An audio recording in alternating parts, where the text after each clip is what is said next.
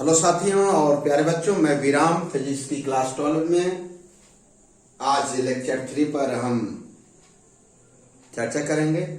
Lecture 3 में दो topic को विशेष रूप से समझाएंगे। वह है चुंबकीय ध्रुव और चुंबकीय क्षेत्र, magnetic pole and magnetic field. चुंबक से संबंधित बहुत ऐसे टर्म हैं जिन पर हम चर्चा नहीं कर रहे हैं। जैसे जैसे आवश्यकता पड़ेगी वैसे वैसे हम आपको मैग्नेट से संबंधित टर्मों को समझाऊंगा, क्योंकि एक साथ समझा देंगे तो उसका कोई आपको याद नहीं रहेगी। क्यों? आवश्यकता आविष्कारों की जननी है। जैसे जैसे मैग्नेट उसी आधार पर हम करें, आवश्यकता आविष्कारों की जननी है। इसका मतलब जैसे जैसे हमारे टॉपिक से, आपके लेवल का जो टॉपिक है उस टॉपिक से रिलेटेड टर्मिनोलॉजी मैग्नेट से मिलेगी, उसको मैं आप अच्छी तरह समझाऊंगा। ओके बेटा, पहले आज दो टर्म सिखाते हैं। एक टर्म है मैग्नेटिक पोल्स, चुंबकीय ध्रुव। दूसरा है चुंबकीय क्षेत्र, मैग्नेटिक फील्ड। आइए पहले चुंबकीय ध्रुव के बारे में। प्यारे बच्चों, मैग्नेट के बारे में जानकारी है आपको। एक प्रयोग किया गया, यह दंड चुंबक है, बार मैग्नेट। जब बार मैग्नेट के पास लोहे के सूक्ष्म छीलन या बुरादे को ले गया तो यह पाया गया कि दंड चुंबक में दो स्थितियां क्रिएट हुई। कुछ ऐसे स्थान थे दंड चुंबक के, बार मैग्नेट के किनारे, दंड है, क्षण है, क्षणनुमा होता है, किनारों पर देखें कि यह लोहे के बुरादों को अधिक मात्रा में क्या किया, आकर्षित किया, या लोहे के बुरादे या छीलन अधिक मात्रा में किनारों पर चिपके और बीच में बहुत कम मात्रा में नगड़ के बराबर दो स्थान बन गए। अर्थात जिस स्थान पर लोहे के बुरादे अधिक मात्रा में चिपके, आकर्षित हुए, वहां कहा गया चुंबकत्व अधिक है, और जहां पर ना के बराबर है वहां यह कह सकते हैं कि चुंबकत्व क्या है, शून्य है या लगभग शून्य है। इसका मतलब हुआ साइंटिस्ट मैरी डिकोट ने यह कहा कि दंड चुंबक के जिन स्थानों पर, सूक्ष्म स्थानों पर चुंबकत्व अधिकतम होता है उसको ध्रुव कहा जाता है, और जहां चुंबकत्व का मान नगण्य के बराबर होता है उसे उदासीन क्षेत्र या न्यूट्रल पॉइंट कहा जाता है। क्लियर हो गया? कोई पूछे चुंबकीय ध्रुव क्या, आप बता दीजिएगा। चुंबक का वह स्थान जहां पर चुंबकत्व अधिकतम होता है उसे क्या कहते हैं, ध्रुव कहते हैं, पोल कहते हैं। और जहां पर चुंबकत्व का मान नगण्य या जीरो के लगभग बराबर होता है उसे क्या बोलते हैं, उदासीन। ये बाइपेट के। इस आधार पर मैरी डिकोट ने कहा कि किसी चुंबक में दो ध्रुव होते हैं, दो क्षेत्र बने बेटा। एक ध्रुव को उत्तरी ध्रुव, दूसरे को उन्होंने दक्षिणार्थ पोल और साउथ। पेटिकलों के आधार पर फिर यह पाया गया कि समान ध्रुवों में पथकर्षण तथा विपरीत ध्रुवों में आकर्षण होता है। एक बहुत अच्छी जानकारी दे दें, ध्रुव की पहचान ध्रुवों के पथकर्षण से होता है कि ना कि आकर्षण से होता है। याद रखिएगा, आपसे पूछा जाए कि मैग्नेटिक ध्रुवों की पहचान करने का साधन क्या तरीका है, तो उनके क्या, रिपल्सन से, नॉट अट्रैक्शन से। ठीक, ये क्लियर हो गया। आइए पहले बच्चों और बताते हैं। ध्रुव किसी चुंबक का जो पोल होता है कोई पॉइंट नहीं होता, बल्कि एक सूक्ष्म स्थान होता है, एक सूक्ष्म स्थान होता है। इसका मतलब जो ध्रुव होता है चुंबक के किनारे नहीं होता, थोड़ा हट के होता है। इसका मतलब हुआ जो चुंबक की वास्तविक लंबाई और चुंबकीय ध्रुवों के बीच की जो दूरी होगी, ये दोनों में अंतर होगा, ये छोटा होगा। ठीक, ये क्लियर हो गया। और एक जानकारी बता दें, बड़ी अच्छी जानकारी बताने के बाद, चूंकि चुंबक ध्रुव था, बहुत ज़्यादा इस पे हमें प्रकाश नहीं डालना है, और बस इतने बहुत है आपके लिए कि अकेले ध्रुव का कोई अस्तित्व नहीं होता।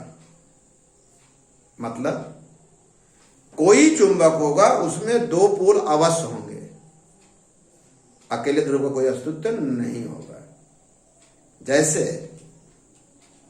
विद्यालय समझाने के लिए दो ध्रुवी होता है, एक ध्रुव है बच्चे, दूसरा ध्रुव है टीचर। अगर विद्यालय में सिर्फ बच्चे रहे, टीचर न रहे, तो विद्यालय का अस्तित्व समाप्त हो जाएगा। अगर टीचर रहे और बच्चे न रहे तो क्या हो जाएगा? तो मेरा अस्तित्व कुछ नहीं रहेगा। मैं न रहूं माने गुरु और चेला दोनों दो ध्रुव हुए, ये भी कह सकते, विद्यालय नहीं, आप और हम दो पोल हुए। मैं नहीं रहूंगा तो आपका अस्तित्व, मतलब मैं शिक्षक मैं दिशा देने वाला, समझाए नहीं बेटा? दोनों एक क्या कहते हैं, चुंबक की तरह का है, बिना गुरु ज्ञान न होए।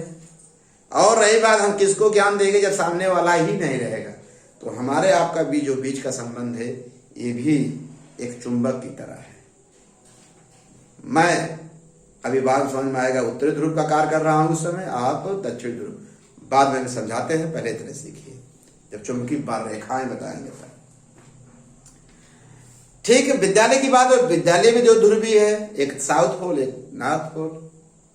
विद्यालय में टीचर हो, लड़के ना हो तो कोई अस्तित्व नहीं, बच्चे हो टीचर न हो तो भी अस्तित्व नहीं, इसलिए दोनों ध्रुव का होना अनिवार्य है। क्लियर? अकेले ध्रुव का कोई अस्तित्व नहीं होता। जल्दी से हम समझा देते हैं, एक कागज का टुकड़ा लेते हैं छोटा से,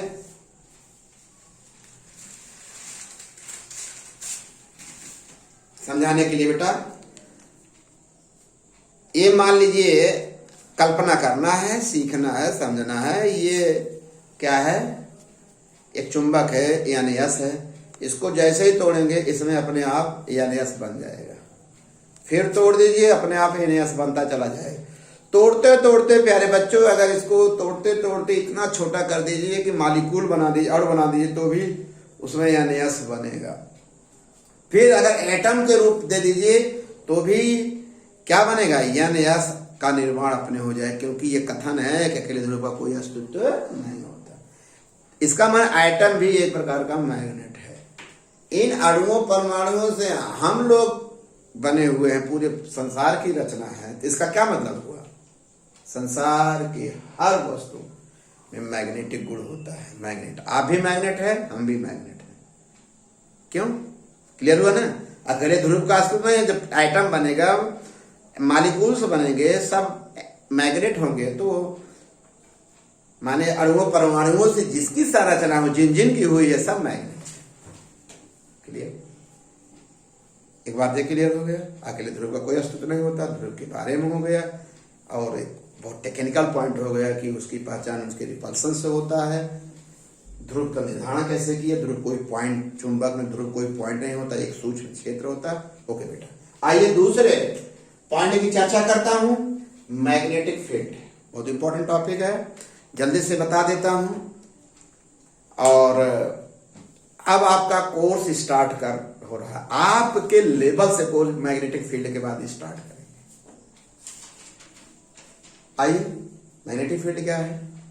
जिस प्रकार किसी आवेश के चारों ओर का एक क्षेत्र होता है, जिसके आवेश में वैद्युत क्षेत्र में, आइए, किसी आवेश के चारों ओर क्या होता है? एक फील्ड होता है, एक क्षेत्र होता है, जिसमें अन्य आवेश उसके प्रभाव का अनुभव करता है। ठीक इसी प्रकार किसी भी चुंबक के चारों ओर का वह क्षेत्र जिसमें उसके प्रभाव का अनुभव, मतलब जिसमें कोई अन्य चुंबकीय पदार्थ रखने पर वह पदार्थ चुंबकीय बल का अनुभव करे। ठीक, किसका अनुभव करे? चुंबकीय बल। इस क्षेत्र को क्या कहते हैं बेटा? चुंबकीय क्षेत्र, मैग्नेटिक फील्ड।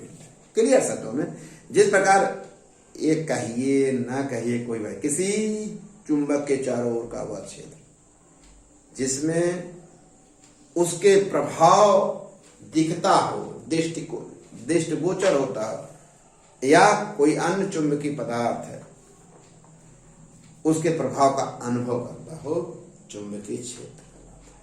आइए प्यारे बच्चों, चुंबकीय क्षेत्र जिस प्रकार वैद्युत क्षेत्र को रिप्रेजेंट, किसी आवेश द्वारा उत्पन्न वैद्युत क्षेत्र को रिप्रेजेंट करने के जो आपने विधि सीखा है वो कितनी है? 3 थी। क्या थी? वैद्युत क्षेत्र की तीव्रता द्वारा, याद है बेटा? फिर क्या था? वैद्युत विभव द्वारा, तीसरा था वैद्युत क्षेत्र रेखाओं द्वारा।